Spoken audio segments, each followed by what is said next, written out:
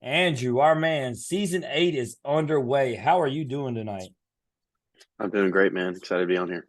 Yeah, dude, we are stoked. Obviously, just got back from Omaha. We're going to get into all those things, but we always start with breaking the ice before we get into your story. And being in season 8, man, we got new questions. So you're going to be the first one to get these icebreaker questions. And the first one, man, ain't no joke. If there was a zombie apocalypse and you could pick 3 of your volunteer baseball teammates, who is going to be a part of your zombie apocalypse team? The first person I'm taking is 100% Seth Halverson.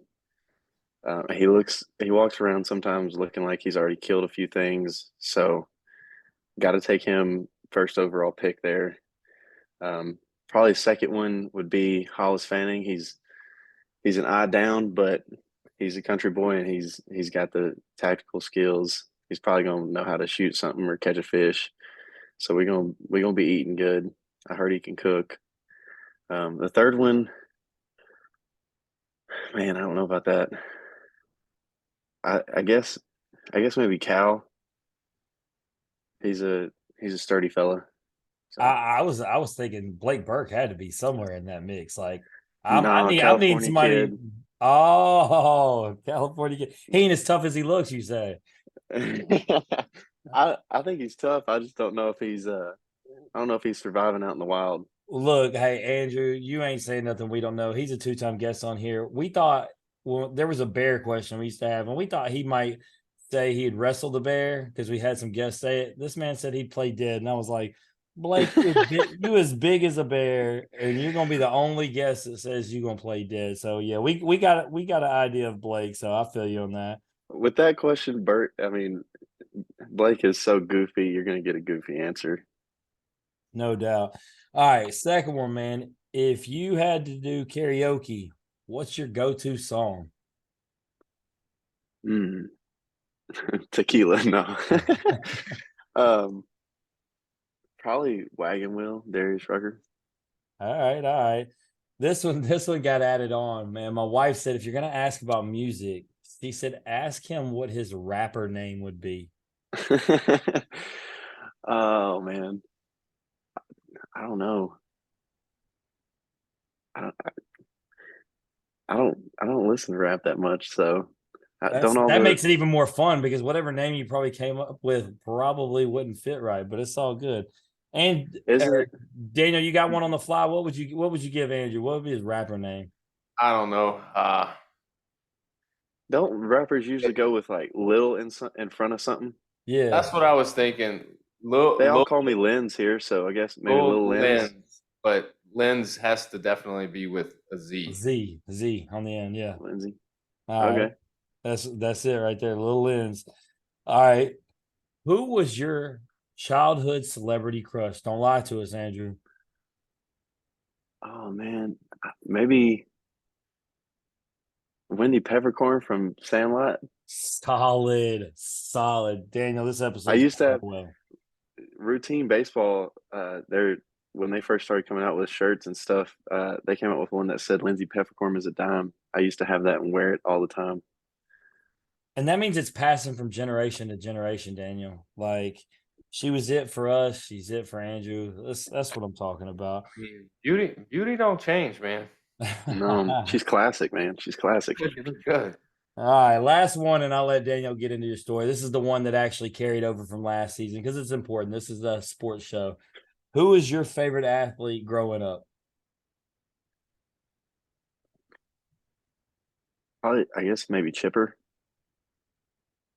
Old Chipper Jones. This is a solid answer. As a matter of fact, if our other host was here, Randy looks like Chipper Jones, and we're not even. He gets told that on a daily basis. It's actually pretty damn funny. That's awesome. The only difference is he doesn't walk around with a can of dip in his lip. or A whole can. or championship rings either. But That either. that's that.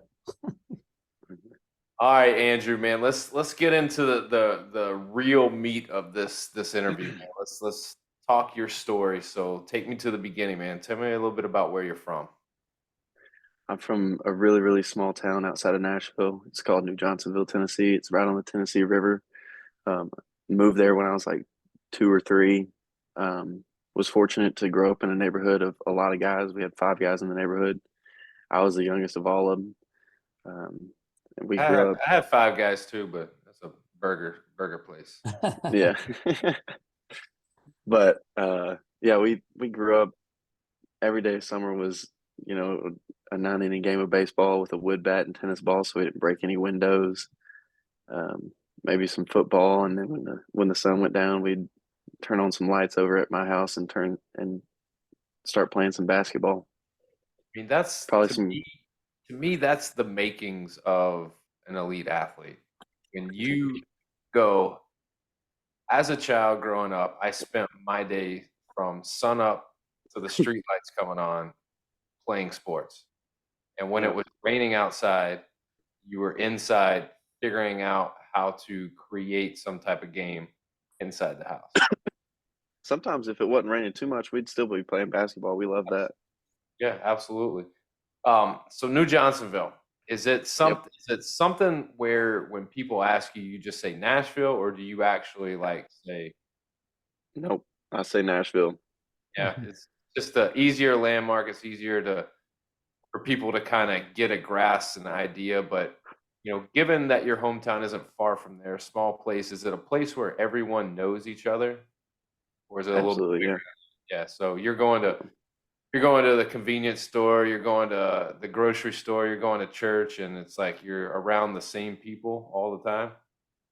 You run into a lot of the same, and if you don't know them directly, you definitely have acquaintances that you both know. So Yeah, to me, like there's some beauty to that, but there's also like a curse that comes with that because I don't feel like you can get away with near as much. no, you don't get away with anything, but it's kind of good accountability. Yeah, and I'm sure Keep you out of trouble. there's probably things that as you get older, your parents are gonna tell you that, and you're gonna be like, "You knew that? You knew those things?" Well, there's probably things that they know that they haven't told you that they know, which I'm um, sure. is crazy. But talking about your parents and the family dynamics, who did you grow up with? You have mom, dad, brothers, sisters. I have mom, dad, and an older brother. How old? He's 25, about to turn 26. All right, so you guys are growing up. You go fighting a little bit. Who's tougher? I think I'm tougher. I gotta be honest. Um, Definitely when we were younger though, before I hit my growth spurt, he was a bit chunky. Um, so he would win the fights just out of sheer size. That's what made you tough, man. You know how to take a beating. You know how to handle weight. What you have to do in those situations is you just got to outlast him. He'll get tired soon, and then that's your time. That's your time to take advantage. Yeah, Um, but obviously, you talked about sports growing up. You talked about sun up to sun down, outside doing something. But obviously, you don't become an elite athlete or an elite baseball player playing in the SEC. Um, without getting into the actual sport of baseball. So at what age do you get into baseball and how old were you and what was it, T-ball? Was it like a coach's pitch or was it just straight, you're getting folks throwing off the bump and you're getting after it? I can definitely remember when I was 4 or 5, waiting for Dad to get home with a ball, bat, and glove in hand, waiting for him to get out of his truck. Wouldn't even let him go inside. Just immediately start throwing, and sometimes he would make me let him go inside first, but um, a lot of times it was as soon as he got out the truck from work, hit me some pop flies, ground balls, throw a little bit. So it was a young age for sure. So eventually you'll get this feeling, or at least I hope that everybody um, will get this feeling is when you drive home, you get out and you have the feeling and the emotion that your kid is over the moon to see you and do something. Like that's a great feeling. So when you tell me those things, like it puts me like in a different mind space. I used to think of when I was a kid and I would do that to my parents, but now I think about me being a parent and what that's feeling is like when my kid runs up to me and they're wanting to show me or tell me or do something immediately when I get home. It's you've got to put it in perspective because it's a big deal and it feels great. And no matter how good or bad of a day you've had at work or how long it's been, like that's always a great feeling. And I kind of cherish that moment. So it's nice to hear you talk about that. And I'm sure your dad would be proud to hear you say something like that. But you grow up playing baseball, you work with your dad, you work in the, outside with all your friends, you start playing organized ball, and eventually you're going to high school. You earn Pitcher of the Year honors in 2017 and 2018. What high school was it that you attended? Waverly Central. Waverly Central. So tell me a little bit about Waverly Central, as far as the size and the level of competition when it comes to high school baseball in Tennessee. Waverly was a 2A school, so not a very big school at all. I was actually homeschooled, so I didn't attend the high school. So I think if memory serves me, it was 500-600 students. So we were really small, had a small school, had a pretty basic field. I was fortunate to grow up with a lot of guys that were in my grade that we all played together in summer ball and stuff like that with. So in my grade, we had basically the whole starting lineup was guys that all grew up with each other. So that was pretty awesome. So let me ask you this. Do you feel like you missed out on anything by being homeschooled? I think I got to do a lot of things that other kids didn't necessarily get to do, which my mom is going to be mad for me saying this, but I got to go to different places because I was homeschooled with my dad for work. I mean, in February, I can remember going skiing, and all the other kids were in school still, and I just got to work ahead and go out there, go skiing, and still get my work done, but go on an adventure with my dad. So really, it's almost like you want to tell the kids that went to school, like, what do you feel like you missed out on by not being homeschooled? Like that's where it's Absolutely. at, man. Jim, if Yeah. if we would have been homeschooled, we would have made it. Never. Not a chance. Bro, I left at fourth period every day anyway, so I came back for football practice though. This dude, I'd see him in the morning and then in study hall, and then I wouldn't see him again until we had pads on it after practice or after school. But look, that's how Andrew, look, 12th grade year, I go to set up for registration and they tell me that I have to take 10th grade English and 12th grade English. And I said, for what? I passed. And they said, they looked back and they said that I didn't have the mandatory minimal attendance. And so I actually went from second period 12th grade English to third period 10th grade English my senior year. No joke. But then I still left at fourth period every day after Dude, and the dude took more English and literature classes than anybody I know and still can't write a paper. Oh, Hey, oh, Maybe you gonna let him do you like that, man? I don't know. Of course he is. I'm just gonna let it I go was because there. I was there. This show's about Andrew and not me, so I'm just gonna let it ride. You're right. So talk to me a little bit about homeschooling, but you're at Waverly. You have great seasons at Waverly, but you end up going to Walters State. So how does the homeschooling like recruitment process work?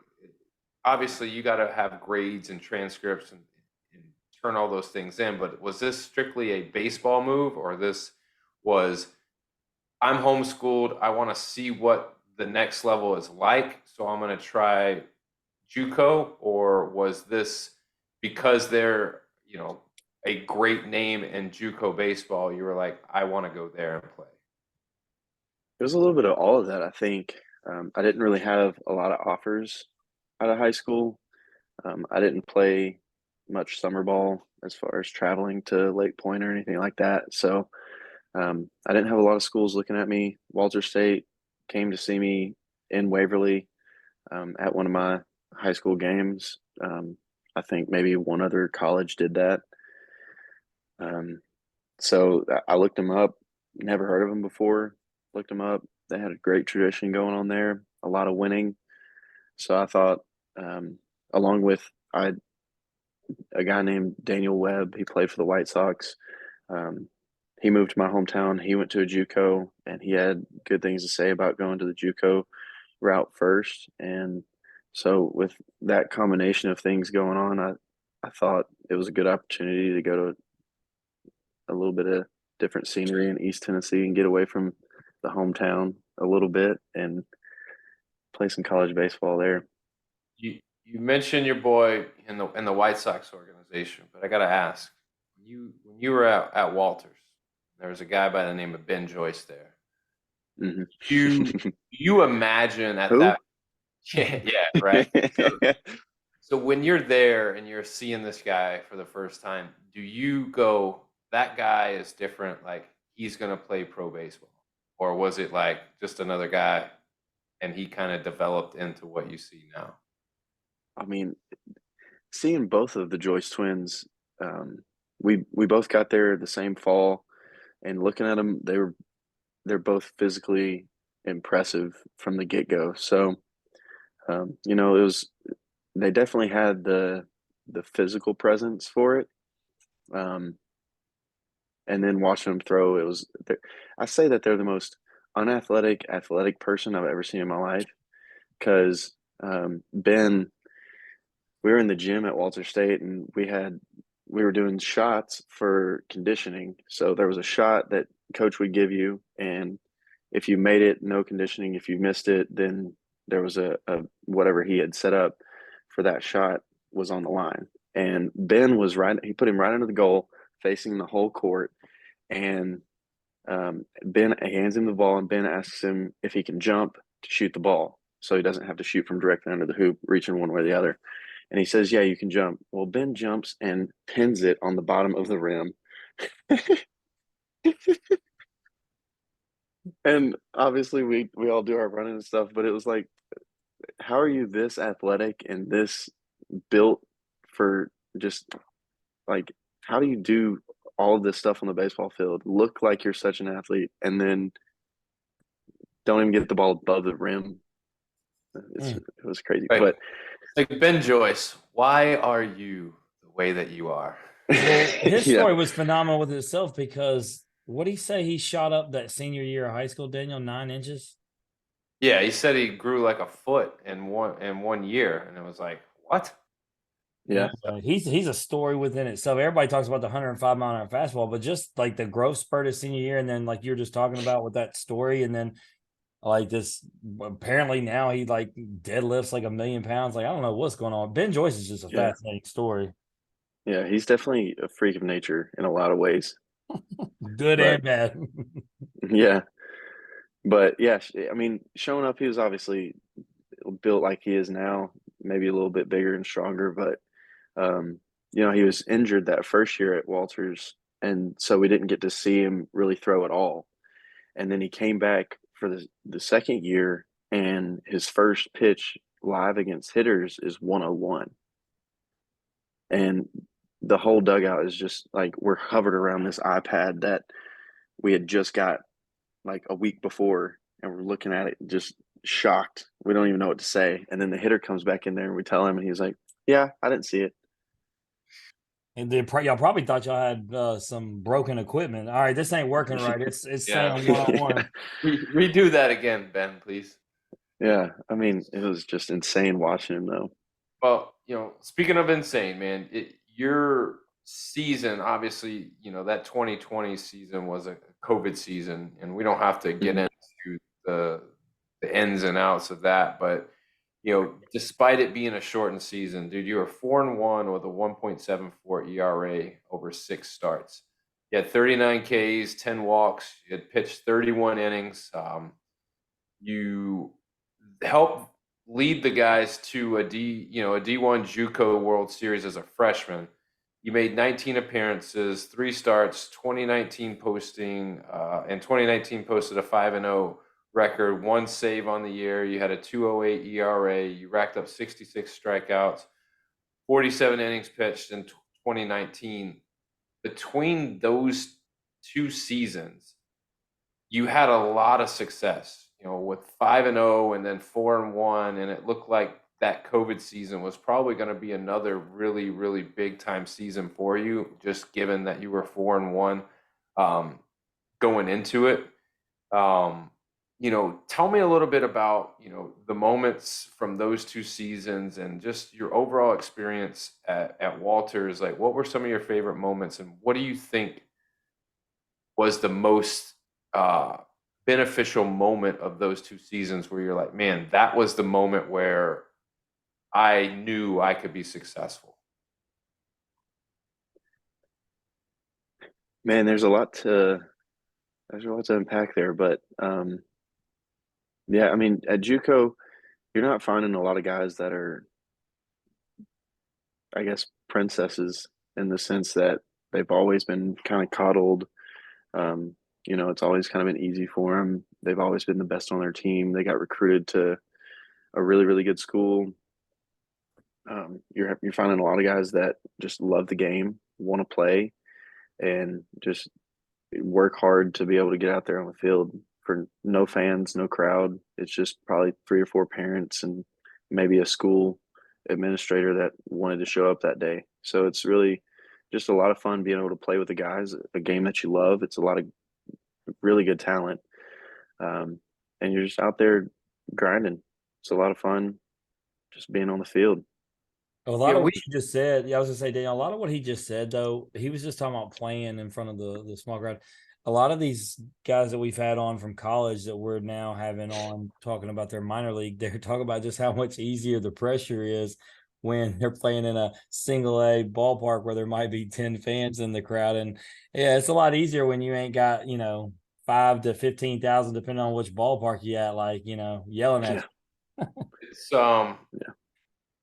at Walters, I know because I played at Southwest Tennessee, so we played Walters, we played Jackson. We've played the JUCO route, and that's a grind, dude. Like, It is. when you're traveling, like, the travel's no joke. The places that you play are, you don't know what kind of surface you're gonna get. You don't know what kind of weather you're For gonna sure. get, and there could be 10 people there. It could be 1 person there. It could be 100 people. Like, you never know. But I think there's something special that JUCO players gain.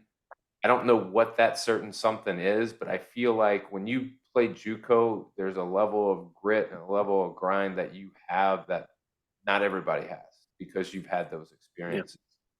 And with you, you take those experiences and you wrap it all up and you go, all right, man, I'm ready to move on to the next level. So you transfer to Charlotte. So tell me, why was it Charlotte? I think in the fall before my second year at Walters, I went and visited Charlotte. We played them, and then I stayed for a visit. Um, I mean, the campus is beautiful there. Um, they had a new coach. He was pitching coach at UNC Chapel Hill. He was a phenomenal pitcher for Chapel Hill when he was a player.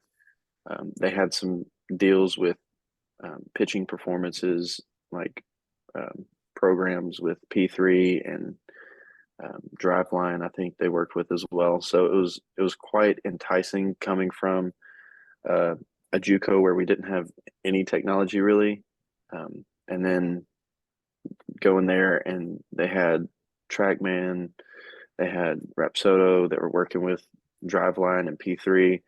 So my, I mean, when you get shown all that and you're just googly eyed at all of the data analytics and things like that you can get a hold of, it's pretty enticing for sure. Yeah, Charlotte is a very underrated program. We're obviously going to talk about that season, and then they're obviously going to come up in the path of during your time at Tennessee, but constantly a team that's in the postseason. So that year you made 12 starts, over 20 appearances, finishing 6-2 on the year.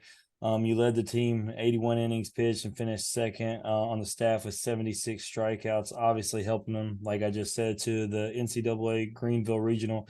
Let's talk about that competition difference. You talk about, the TrackMan and all the different technology, man, but just when you go from Walters, you go to Charlotte, was it a little intimidating at first, that competition jump? Within the program or the teams that we were playing? Both, really. I mean, because I know you're obviously going to get challenged with better, you're obviously jumping up to a higher level program. So, the iron sharpens iron on a team. You're going to go up against some top talent there as well. Yeah, I mean, I was excited for it really. Um, I think I was a little bit more intimidated just by all the new faces and stuff. But not necessarily the competition. I was excited for it, ready to get working with, like I said, all the technology, but also get around some maybe more polished dudes and pick their brains, maybe help them out myself. But just get around, an environment where I would be challenged and be able to grow some more. And um, that was within the program. And then, I mean, obviously the competition, especially that year in Conference USA, we had 4 teams in the top 25. So, I mean, you're playing that year also, we were playing 4 conference games every weekend. So we were playing one game on Friday, 2 on Saturday, and then 1 on Sunday. So that created another level of grind also in that season that I hadn't really had before. So it was definitely a little bit of a change of scenery and a little bit of a jump in competition. But man, was it fun. It was a lot of fun. So you said an important thing. You were talking about picking the brain of others, and it's undervalued what you can learn from other guys who've been in the program longer, upperclassmen. If you could say that, like, you could pick one thing that was taught to you, that somebody helped you, that made that season easier. Looking back, do you remember what it was, like that one thing that maybe somebody said that just helped you be successful? I mean, I think it might have been talking with Austin Roses. He transferred out and went to Missouri. But he was coming back from an injury. He came from another JUCO down in Texas. And I mean, I up until that point I'd thrown a 2 seam, but he had a different take on it. And with us, we just talked and kind of tampered with the grips and stuff. And eventually I ended up with the grip that I have now. Um, but he had a different take on the 2 seam that I had never seen before, and I just picked it up and started playing with it, and it turned out to be a really good pitch for me. Man, that's exactly what I was just talking about when I had said iron sharpens iron. That's somebody from your own team helping you get better. So I love that. So I talked about you guys made it to the Greenville Regional. Anybody who's Mhm. familiar with college baseball knows that the jungle is just something else. So all right, so you make Yeah. the jump from Walters, you get to Charlotte, and then you end up in postseason baseball, and you're in this electric atmosphere. Just talk to me about what it was like playing in that regional. Well, earlier that year we went there for a weekend series, and it was definitely the one of the bigger crowds I'd ever played in front of, and they got that fence out in where like it's a little hill, so they got a lot of fans that just sit out there on that hill.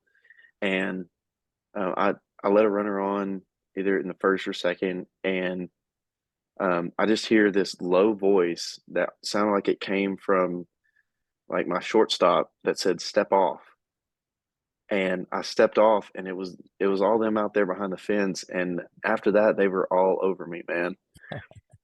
So that was my first experience there in Greenville, and then we go back there for the regional, and like I thought it was a crazy crowd when we went there in season, and then we get there and we play I think Maryland first, and the crowd's not really big. Obviously, it's not the home team playing, so like it wasn't that bad. And then the second game we play is against them, and it is truly a jungle, man. Like you just hear ringing in your ear from all the fans yelling and how loud they are. So it definitely, I mean, we were talking about Southern Miss before we got on here. It's similar to that, in my opinion, where it's just so loud and the fans are so close to the field. Yeah, it's one of the places that I got because obviously I travel all around the SEC and go to all their stadiums. It's one of the places I got at the top of the list that I want to go to specifically in a postseason environment, even though I don't root for them, just to see what everybody's talking about because it's everything that you're saying it is, and I want to experience it. So obviously, that didn't go well for y'all, but you did get that. Y'all did get that experience. You got that experience personally to feel what it was like in that postseason action. But then looking and studying, you took the year off, man. What's the reason for taking the year off after that year in Charlotte? There was a lot of things that went into it, both on and off the field. But I mean, it was COVID year. Um, didn't have the best living situation. Ended up halfway through the year getting my apartment broken into while I was in it. My car was stolen, totaled.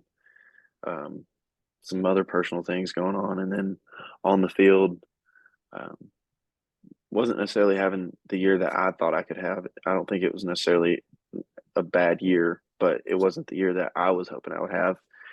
And then some things with, I mean, maybe some coaching decisions and things that I felt weren't what I was looking for out of a coaching staff. So, I yeah. got you. Yeah, yeah, and that's a good enough answer, man. I understand. It was a struggle clearly, but nonetheless, you get an opportunity to go to Tennessee. So, man, how does the situation that you just described? How do you go from there to being able to go to the University of Tennessee? Well, in that year off, I did a lot of things, but one of the things I did was coach a 13-year-old travel ball team, and uh, in doing that, I really found myself feeling like I did as that probably 4 or 5 year old, just loving the game, wanting to get out there and be around the field, the players, the teammates, working on the craft. So I got to throw in and work, build my arm back up, threw a couple bullpens. Um, called my head coach from Walter State, and he got me connected with the Appy League up in Kingsport, Tennessee, with the Axemen. And uh, my first outing, I was like 94, 96, and they sent my stuff over to Tennessee and said, "Hey, you need to check this dude out." And they showed up like 4 or 5 days later and started talking to me about coming to Tennessee Vol. That's what I want to do. I want to take a year off and then come back and throw. No big Daniel, you've taken like 20 years off. Maybe you're throwing deal. Maybe I'm throwing. 120. Yeah, Yeah. that's the secret. When I get down there in a couple of weeks, I'm gonna get the catcher's mitt. Let's do this. And when the radar gun doesn't say what we want it to do, we'll just say it's broken. Be like, hey, Yeah, hey, y'all are gonna have to record that. Yeah. It's like That's the got to movie. be released. It's like the movie the Rookie. He's gonna throw it and think that he only threw 76, but it's 96. It's all good. So, you get to Tennessee, man, and place is just different. Knoxville is, oh man, it's kind of got its own, majestic feel about it, especially when it comes to how they are about their sports, right? I mean, Yeah. everybody's passionate, and so you get an opportunity to go somewhere like that with Tony V at the helm. So what an opportunity. And I'm gonna cut right into it, man. I'm gonna go to the middle of the season. I got to see you down in Baton Rouge. You came in relief of Chase Burns in the second game, and you were solid, more than solid, right? You believe you went 4 2/3. I don't even have it wrote down. I think on the top of my head, only giving up one run against that obviously now championship lineup. And then after that, You shortly just had to throw that in there, huh? But shortly after that, man, things get mixed up, and it seemed to be something, and that's one of the reasons why I wish Randy didn't have power outage, because he believes in his personal opinion, not like you're the one player that made all the change, but the change in the starting rotation and moving you to that starting spot, he believes that is when everything changed and the momentum turned for Tennessee. So what was it like? What's that conversation like where you're coming from the bullpen to all of a sudden you're going to be our Friday night guy? Man, it was crazy. You know, there's always speculation on different things, especially when things aren't going well. But um, I mean, I'd heard from a couple guys that it could be me, but I mean, nothing from the coaches until we left for Arkansas. Um, and it was like 5 minutes before we left. It was real simple, wasn't anything crazy. And obviously, Arkansas didn't necessarily pan out the way we would hoped it would have. So I mean, when you talk about the season turning around for us, you can go to that Vanderbilt game and see where it was it was a dogfight, and going into that last inning, I think it was 3-1, and we hadn't had a whole lot of offensive production. Um, so I mean, really, when it comes to season shifting, you can look at that series, and it starts with two freshmen in Dylan Dreiling and Kavaris Tears, and both of them had unreal at bats. I mean, KT hits a ball like 114 off of our batter's eye on a pitch low and away, and then Dreiling comes up there and he's down to his last strike. We've got 2 outs in the inning, and he somehow golfs a baseball from like his ankles out of the park to tie it up. So, I mean, you could attribute it to a lot of different things, but I mean, I think up until that point in the year, we hadn't been playing up to our potential, and that was kind of a point where most of the game, we hadn't shown what we were capable of. And then, those 2 hits put us in a spot where it was electric. I mean, Burns had an electric outing out of the pen in that game. We walk it off, and then we sweep the series. So, I mean, it was a turning point for sure. But I think it was a long time coming because we definitely have the talent, and we had put together some good performances individually as hitters, but we hadn't all came together. And then that weekend, it definitely clicked. I think part of it is we had Tony V obviously on this show last year, and he said every year, even if you have a lot of the same players, each team has to find its own identity. And I feel like in that first part of the season, y'all hadn't found that identity yet. And to your point, in that Vandy series and then around that time, I think y'all discovered who y'all were and realized that, like you said, it's not just one or two dudes, it's everybody contributing. We are a team loaded with talent, and we can do this. And y'all came together, and some changes were made and everything, and it did. And the season just, I mean, it took a turn for Tennessee, and y'all were that team that we all three on the show expected you to be. And then it comes into the South Carolina series where, okay, well, the question still becomes, can they do it on the road? And y'all obviously go there and take care of business, but this episode is about you, so we got to talk about it, man. Co-pitcher of the week nationally, you go 8 1/3, giving up no runs in Columbia.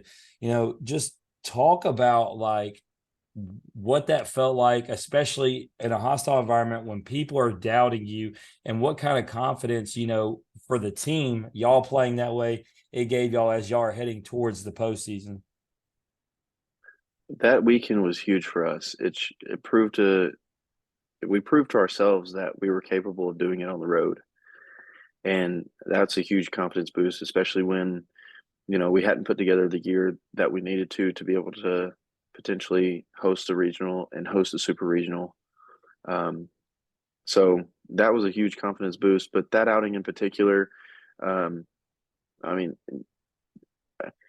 my stuff was working well, but about the 5th or 6th inning, man, I was really running out of fumes, and um, I kept going, and Cal, my roommate and catcher, he kept running out there to me after, I'd get a ground ball and I would run over to back up first base, and he would be running over to back up first base too.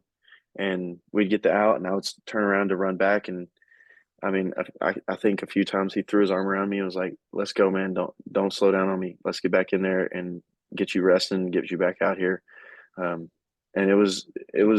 I mean, I can just remember so many different details from that game. I can remember. I think the first inning we threw a ball into the outfield. Guy was still in second, and guy gets a third, and Cal's. I can see him walk back to the I guess catcher's box or whatever right behind home plate, and I just look at him and I'm like, "It's fine, dude. I got you." And I get the next guy out, and we run back to the dugout, and it was just there was so many things that were going right for us, and me and Cal were locked in on what we were trying to do, and it just worked out. I mean, Dylan started us off on that game. Um, I threw a two seam to a lefty, and he hit a really good hit down the line. And Dylan Dreiling, who's not really been playing that much out in the left, he's not had a whole lot of innings on the defensive end. Gets a good jump on the ball and makes a phenomenal play to save probably a double, maybe a triple on the first play of the game. So I mean, it was a lot of things going right in that game. Yeah, no doubt. And like I said, I mean, y'all had really turned and y'all were heading the right direction, and it proved some doubters because that is a tough place to play. That's actually a question I want to ask you that I didn't actually have on here, but being that you had the opportunity to pitch in Baum Walker, in Alex Box, and Founders Park, which by all our guest accounts are basically maybe the three hardest places to play along with Duty Noble. Like, which environment do you feel like, putting you on the spot here, which one do you feel like the crowd was, the most intense? I mean, as a pitcher, you got it harder than anybody. Which one of those this season do you feel like was the toughest? Man, I mean, mm, I think sheer volume was LSU. I think we set a record when we came down there for a single game attendance, Absolutely, yes. and it was absolutely bumping in there. Um, a lot of noise, a lot of volume. I mean, obviously, y'all put some runs up on the board, so that gave them a lot to cheer for. But man, the fans in Arkansas, they're into every pitch. They're into everything. They know what's going on in the game.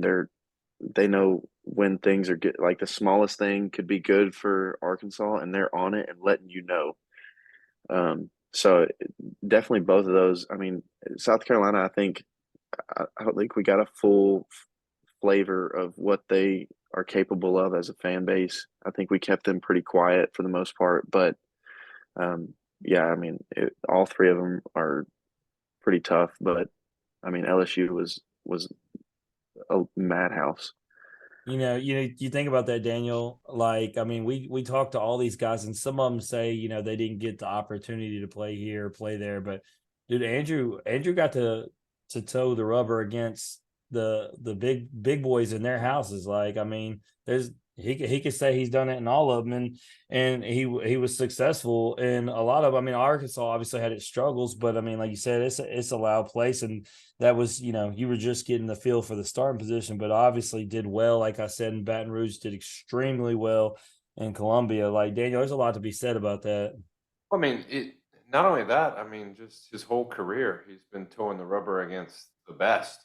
I mean, and going into their house and towing the rubber against the best. I mean, even at Charlotte, when you tell me you go into ECU and you do your thing and you experience that, and then you toe the rubber in places like Baum Walker, Alex Box, and then you go to Omaha, you toe the rubber there. Like, that resume is what championship resumes are made of. So like when we look at next season, and we'll get into this, I'm sure, at some point tonight, but when we look at the projection for next season, those are the things that we look at. Who's coming back? Who's part of the roster? Why are they the team that we need to be looking at. And that's your resume, and you are a reason why when we look at Tennessee, like, we're not worried about what the future has for them.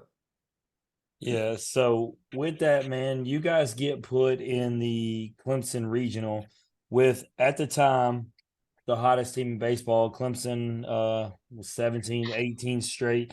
And then your old team, Charlotte, hey, why not throw a little fun in there and get the team that you came from. So what was your personal thoughts? One, Clemson being on the hot streak. Obviously, I know based upon this conversation already, there's nothing that scares you, but you have to have some thoughts. Hey, we just got put in the hottest teams bracket. And oh, by the way, the team that I came from, what were you thinking when you saw the regional bracket come out?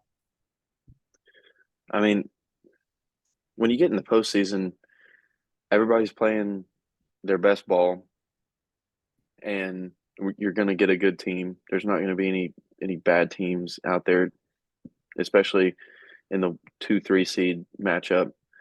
So I mean, when I saw them pop up on the board, it was a good program.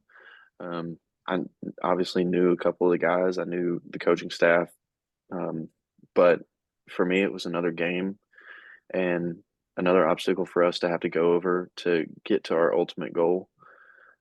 So I mean, it was cool to talk about and see. I mean, kind of the story unfold the way it did, but at the end of the day, it was another outing for me to go out there and give our team the best chance to reach our goal. And that you did, man. So, Seven innings, 1 earned run, 10 Ks. So shout out to you. Hey, got to take care of business, old team or not.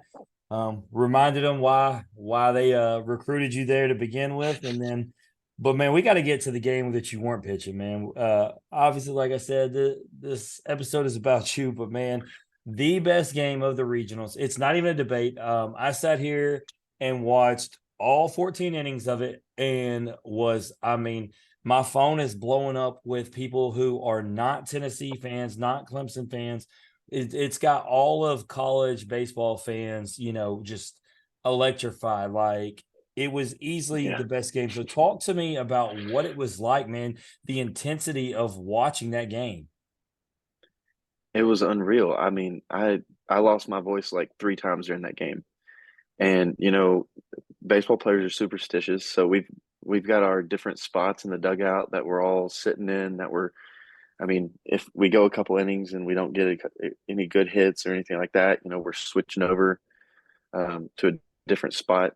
I mean, uh, Zane hitting that home run. I mean, I didn't even watch the ball. As soon as he swung, I ran to the end of the other end of the dugout. I didn't see where it landed till after the game, and I was watching a replay of it. But that ball was, I mean, he's been such a dynamic player throughout his college career, and he had such a rough fall leading up to the season. But you could just see the talent and the level of focus that he put into his work, and you knew he was built for moments like that.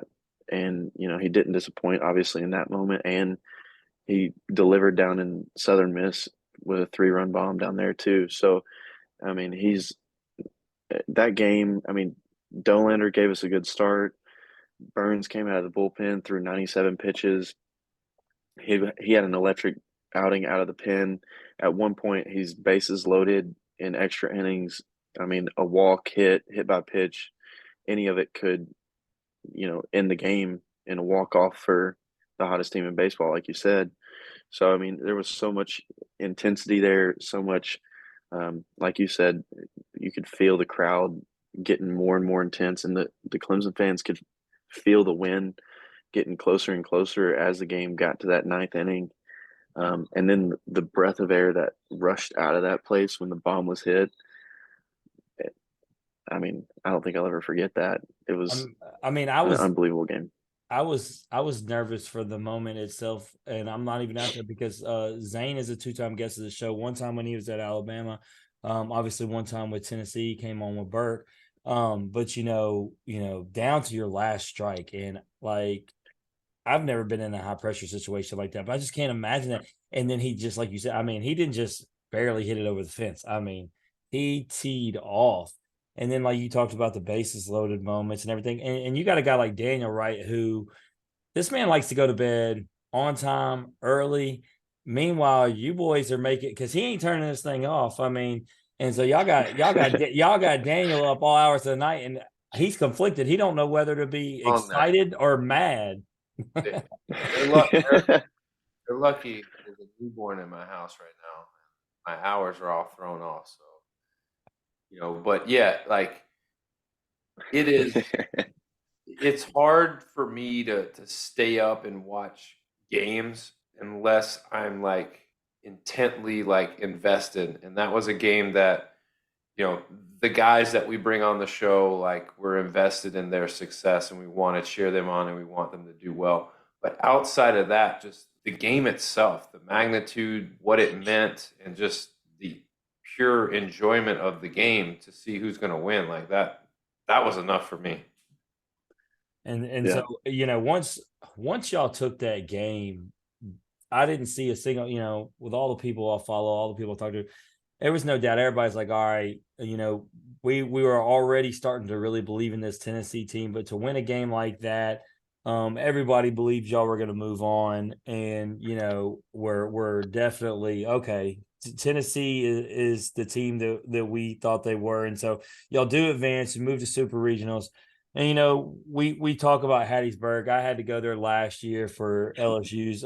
I have been a proponent of the hashtag grow the game. I try not to talk bad about anyone, even though there is a TikTok video trending on me from Omaha that I did not know was going to happen. We'll get it in a minute. But nonetheless, I did not like Hattiesburg. It was hotter than hell, and the fans were rude. So I felt for y'all when you had to go there. And then you get severe weather delays. You're sitting under bleachers and everything else, but I'll leave all that out, make you not talk about anything. I'll be the one to say that, but I'll keep it as simple as this. With everything y'all had to deal with between weather delays, hostility, what was it like to go down there in Hattiesburg and be able to take that super regional and punch your ticket? Yeah, definitely meant a lot to the program. And I think a lot to the guys that came back, like we got Camden Sewell, you got C. Scott, you got these guys coming back, and it's their last year of eligibility. You got Griffin Merritt, and we started out the year. We started out the year with a lot of expectation, and then last year's team obviously did some unreal stuff, and that happened. So you've got a lot of new faces. You got last year's team that did what they did. You've got some guys coming back, and it's their last year of eligibility. And then you start out the year getting swept in Missouri. So you've got so much going on in this year, and then it's kind of up for grabs on who's going to host this thing, and then we have to go down to Southern Miss, which we talked about proving ourselves on the road at South Carolina, so we knew we could do it, and then we go down there and the weather's awful, and then I didn't have the start that we needed for us to take game one. But then we've got Dolander coming out there, and he has one of his better performances of the year. So it's like all of this stuff, and that series is kind of a representation of the year as a whole, because we had the first game, obviously we lost it.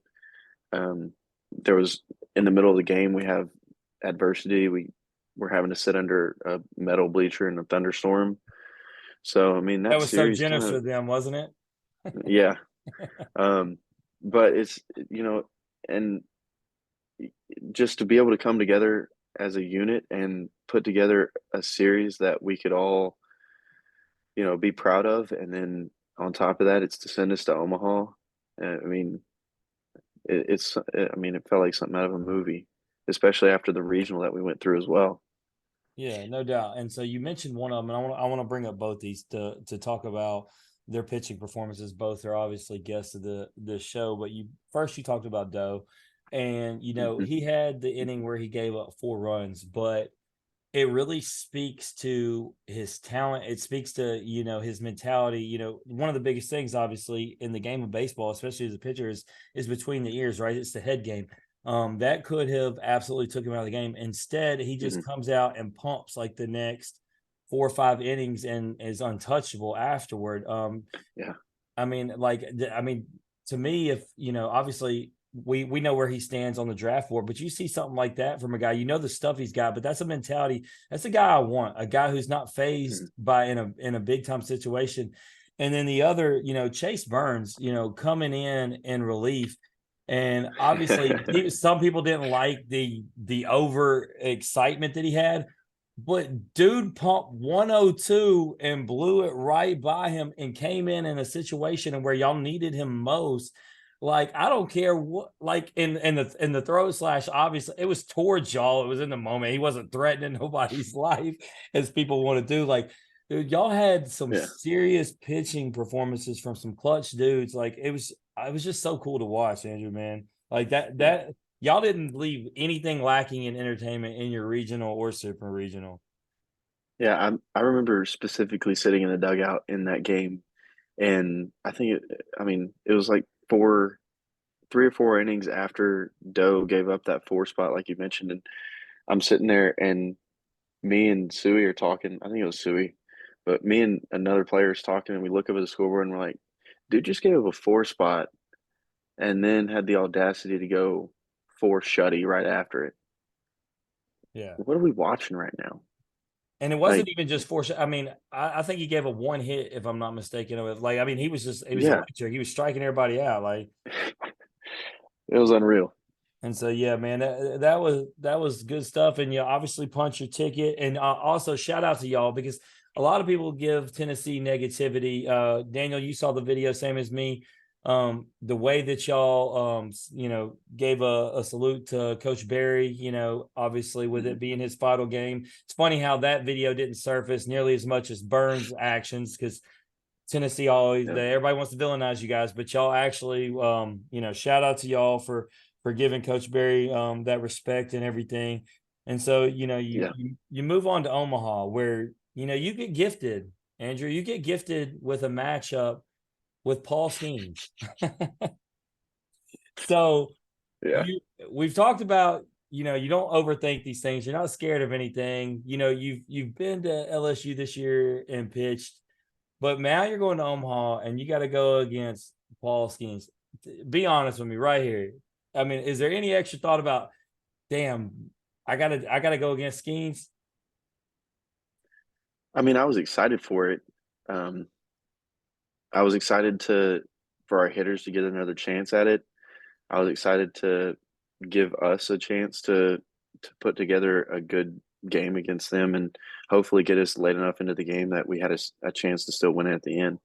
But I mean, no doubt, being able to start against him, it's kind of, I mean, I don't know if people talk about it, but obviously there's always a duel between starting pitchers, and that was the one that I was given. So I mean, obviously I looked at it and knew that for us to have a chance, I needed to give us a really solid performance. But watching him is insane. So it was interesting to be able to go up against him, and then to do it in Omaha too was. Yeah, so Daniel, we've talked about everything he's done, right? We started with from the juke all the way up. So just go ahead and add Omaha against Paul Skeens to the things that Andrews had to face. Yeah, I mean, and you say against Paul Skeens, but I mean that lineup is obviously. I mean, they aren't even close to a national championship without some of the hitters that they have in that lineup. So I mean, that's a complete team right there, especially with Skeens on the bump. Yeah, I mean, you know as well as I do, one guy can't win you a championship. It takes a lot of people. And as much as people want to say Paul Skeens was the one guy, he was a difference maker, yeah. But just like you said, without that lineup, those dudes, and Jim will be the first one to tell you, there are times where the bullpen wasn't there for LSU, and they had to rely on out hitting people and scoring a lot of runs. And sometimes that's the case. And Tennessee baseball knows how that works. You know how you got to be when you got to outscore people and hit bombs and put up a lot of runs on the board. So it's unbelievable. Just like you said, just the level of talent that is on the field in Omaha with you guys, with them, and just I don't know, it blows me away just knowing how many really good baseball players are out there. Yeah, I mean, I'm glad you mentioned that because the LSU bullpen had been a subject of worry, I think, for them making a late run in the I mean postseason, but Omaha especially because there's so many games, and their bullpen showed up in ways that you hadn't seen all year. They were absolutely nails. But Daniel, I'll say this: when we talk about the lineups, when you look at Tennessee and LSU's losses, they had a very common cause. It was runners left on base. Both in the games that they lost throughout the season, it was a lot of they just didn't hit with runners in scoring position, and that'll catch you every time. But it was good. Y'all come back. I went out there. It's the only day I wore orange. Supported y'all against Stanford. You guys got it done, and so you get to draw LSU again, and we obviously know how that went, so we're not even going to dive into it. And you weren't on the mound that day, but just give me the overall final thought, man. A kid dreams of playing in Omaha, and you got to do it. Just summarize it in a statement or whatever. Just how it felt to make it there and be able to accomplish playing on that stage.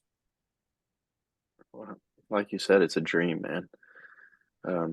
I'd never been out there before, so being able to take in all the sights, the sounds, the smells of the stadium, the crowd was amazing. Yeah, it was truly a dream. It was awesome. Yeah, no doubt. Well, I'm gonna let Daniel play a game with you, but man, obviously I've had some conversation with you, and for those out there listening, best of luck to you in the draft. If it goes well, man, it's a great thing. If maybe things change and you end up back at Tennessee, I feel like y'all got a roster that's going to be right back in Omaha. So, Andrew, I feel like you're going to be winning in life one way or the other, man. You're either going to be with a team that's going to be competing for a championship, or you're going to be a part of a big league organization. So, man, I just want to tell you, for me and obviously Randy, who's the Tennessee fan who couldn't be here, wish you nothing but the best of luck in the future, brother. I really appreciate it, man. All right, Andrew, it is time to play a game that over 200 guests have played.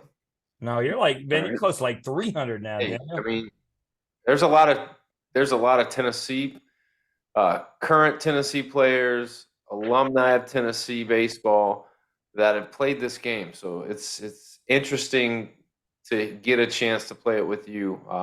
But if you would oblige us, we'd love to have you play this or that. All right, let's do it. All right, so we're going to officially call this the Chinook Seedery this or that game. This game is brought to you by the greatest seeds of all time. If you were in Omaha, you probably had a little kid running you down, slinging some seeds in your face, jalapeno, barbecue, ranch, traditional, you name it. You're getting every flavor of these craft seeds. They're quality seeds, no sandpaper tongue, the best of the best. So I challenge you, Andrew, if you haven't had these seeds, go out, grab you a pack, and tell me they're not the best seeds you ever had.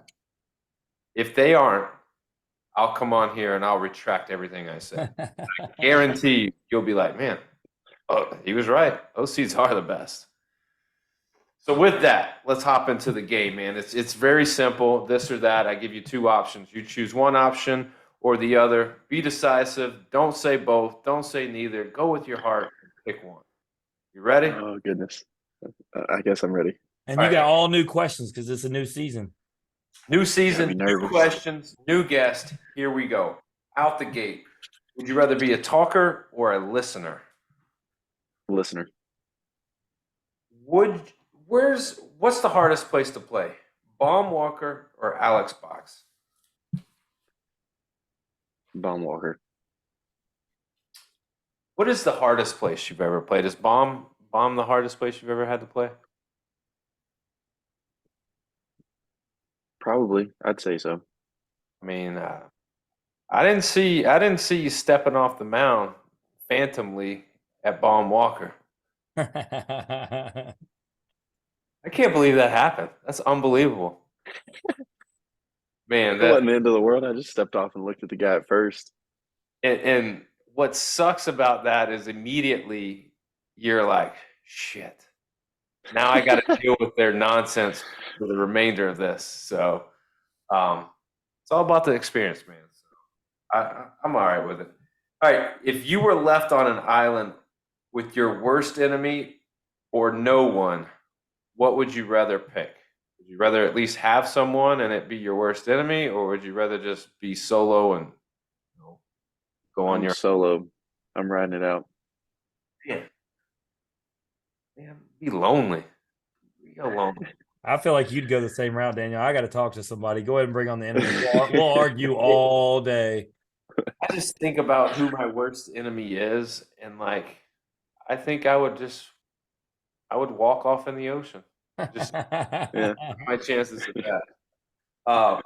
Smoky grays or dark mode blacks? Which uniform, if you had to pick one and dark mode. only mode? Man, those smoky grays, man. I think those are my favorite uniforms. The black looks good, but those grays together, man, they just something about them. I don't know. Yeah, the whole Tennessee lineup of uniforms is arguably the best top to bottom. Yeah, for sure. All right, golfing or fishing? golfing. Can you golf? Are you a golfer? I picked up golfing when I in my year off. Um, I don't necessarily think I'm good at it, but I enjoy it. When you total up your scorecard, is there 3 digits or two? Most of the time, too. Okay. There's been a couple threes in there. He's way better than us. That's what that means.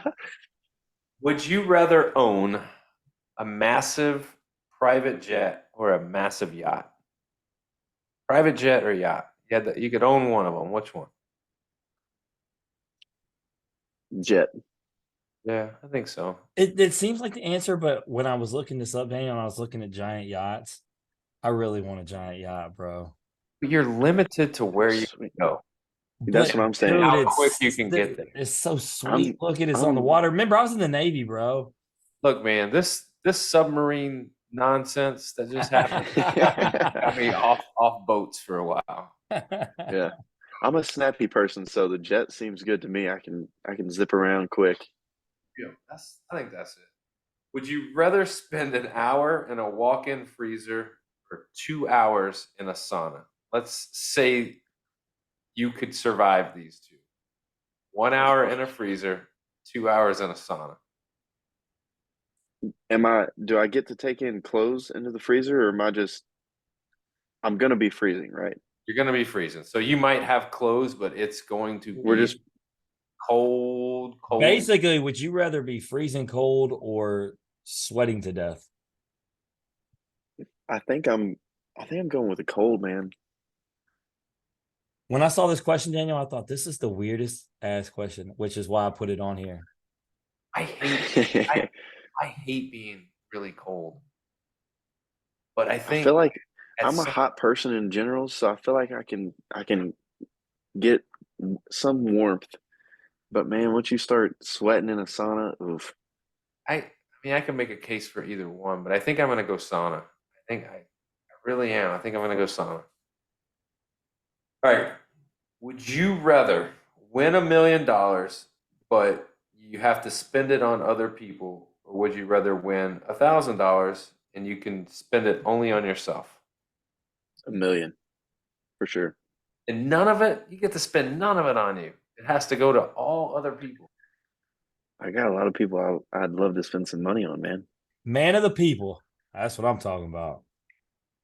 There is a lot of people in this world that I think would answer the question the same way, but they wouldn't mean it. But after talking for the past hour with you, I believe you're sincere when you say that. Just make sure I'm on your list. All right, man. I mean, obviously we don't know each other that well, but I mean, I don't know. Buy me something for I'll, $10. I'll get you a lollipop. Yeah, There there you you go. Let's go. All right, Andrew, man, we're gonna let you bounce, but before you do, anything you want to plug or promote? I'm good. I don't have anything to promote right now. Well, Cure SMA, my man Beam. I've got a family member that's also got SMA. So Cure SMA. Cure SMA. Y'all heard it here, man. If you can do anything, is there a website? Is there a donation link? Is there? That was what was on there. Read that link, Andrew. It just says Cure SMA. I think it said CureSMA.org. .org. Yeah, .org. Yeah. Okay. CureSMA.org. Y'all, Shout out Bentley. yep. Go there, and I tell you what. You go there, you take some time that you spend on Twitter, Jim, on Facebook, on all these social media accounts, and take 2 minutes of your time that you would spend there and go to the website, check it out, and throw them some love, throw them some support. But also, if For sure. you want to know what Andrew Lindsey's up to on a Monday night, maybe he's recording a podcast. Maybe on Tuesday, he's having Taco Tuesday. If you just want to see what he's doing, head over to IG at _Andrew Lindsey. Or if you want to stay up to date with Tennessee baseball, at Vol Baseball on Instagram, you'll get it all, get all the action. I know it's the off season, but they're still going to be putting stuff out there. But man, there's volunteer baseball off season and a lot of things with the portal and all kinds of updates to stay abreast of. But also, we got the draft coming up. So, Andrew, man, we wish you nothing but the best. Whatever route that is destined for you, we know you're going to be great. We wish you nothing but the best. And if there's anything we can do for you, man, please reach out for us. Man, I greatly appreciate y'all having me on. It's been a lot of fun talking to y'all. And good luck to y'all. Appreciate it. Yeah, appreciate it. That's Andrew Lindsey, everybody.